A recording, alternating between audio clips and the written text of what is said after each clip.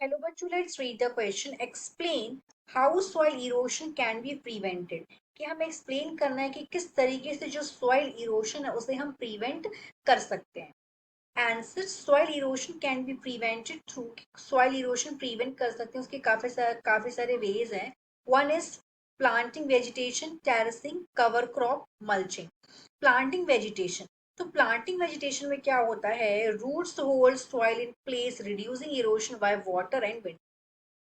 अगर हम बहुत सारे पेड़ लगा देते हैं तो अगर जो बड़े बड़े ट्रीज होते हैं उनकी जो जड़ें वो भी बड़ी बड़ी होती हैं. अब जो जड़ें हैं वो सॉइल को पकड़ लेती हैं, होल्ड कर लेती हैं. अब सॉइल को जब वो होल्ड कर लेती हैं तो जब हवा की वजह से या पानी की वजह से जो टॉप मोस्ट लेयर होती है सॉइल की वो ओढ़ नहीं पाती है. इसकी वजह से जो सॉइल इरोशन है उसको हम रिड्यूस कर पाते हैं. सॉइल इरोशन का मतलब क्या होता है? जो सॉइल की टॉप मोस्ट लेयर होती है उसका हट जाना. अब हवा की वजह से भी हट सकती है, पानी की वजह से भी हट सकती है. तो इस तरीके से प्लांटिंग करने से उसको रोका जा सकता है. नेक्स्ट चीज है यहाँ पे टेरेसिंग. तो टेरेसिंग का मतलब होता है, ये एक एग्रीकल्चर प्रैक्टिस है.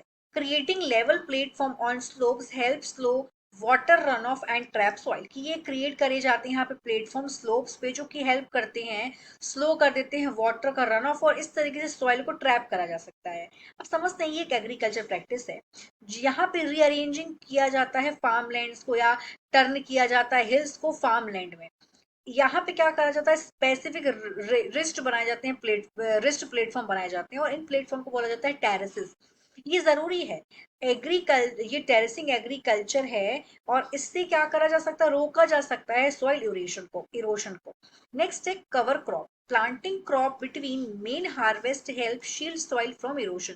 कि प्लांटिंग करा जाता है क्रॉप को बिटवीन किसके बीच में? मेन हार्वेस्ट के बीच में. इस तरीके से हेल्प करा जाता है सॉइल को शील्ड करने मतलब ढकने में. जब सॉइल ढक जाएगी प्लांट से तो इरोशन नहीं होगा. अब हम समझते हैं इसको अच्छी तरीके से. कवर क्रॉप जैसे कि टर्निप हो गया, रेडिशेस हो गया, इनको क्रोटेड किया जाता है क्रैश क्रॉप के साथ में. मतलब cash crop. It's not crash, it's cash crop. क्यों करा जाता है? जिससे साल भर तक सॉइल के ऊपर कोई ना कोई प्लांटेशन रहे. जब प्लांटेशन रहेगा तो सॉइल को जो रूट्स हैं वो होल्ड कर ही रहेंगे सॉइल को. तो सॉइल इरोशन को प्रिवेंट कर पाएंगे. और यहाँ पे लास्ट दिया गया है मल्चिंग. तो मल्चिंग का मतलब होता है अप्लाई. यहाँ पे है apply organic material on the soil surface protected from rain and water. की अप्लाई किया जाता है यहाँ पे ऑर्गेनिक मटेरियल को सॉइल सरफेस पे जिससे इसको प्रोटेक्ट करा जा सके रेन से और विंड से. तो मल्चिंग एक प्रोसेस होती है. यहाँ पे अप्लाई कर रहे हैं कुछ मटेरियल को सरफेस पे अपने गार्डन की सॉइल पे जिससे कुछ सर्टेन पर्पसेस होते हैं इसके. एक तो सॉइल इरोशन होता है, ये साथ में और भी होते हैं जिससे सॉइल अपनी मॉइस्चर को रिटेन कर सके. वाटर इवेपोरेशन जो बहुत ज्यादा होता है समर के सीजन में, तो इससे सॉइल में मॉइस्चर बना रहता है. साथ में टेम्परेचर भी कूल रहता है.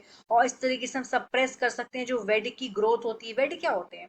जब खेती करी जाती है तो उसके बीच में जो मेरे की मान लीजिए हमने करी चने की खेती या फिर ज्वार की खेती, किसी की भी खेती करी, उसके बीच बीच में कुछ अनवांटेड प्लांट्स निकल आते हैं, उनको बोलते हैं वेट.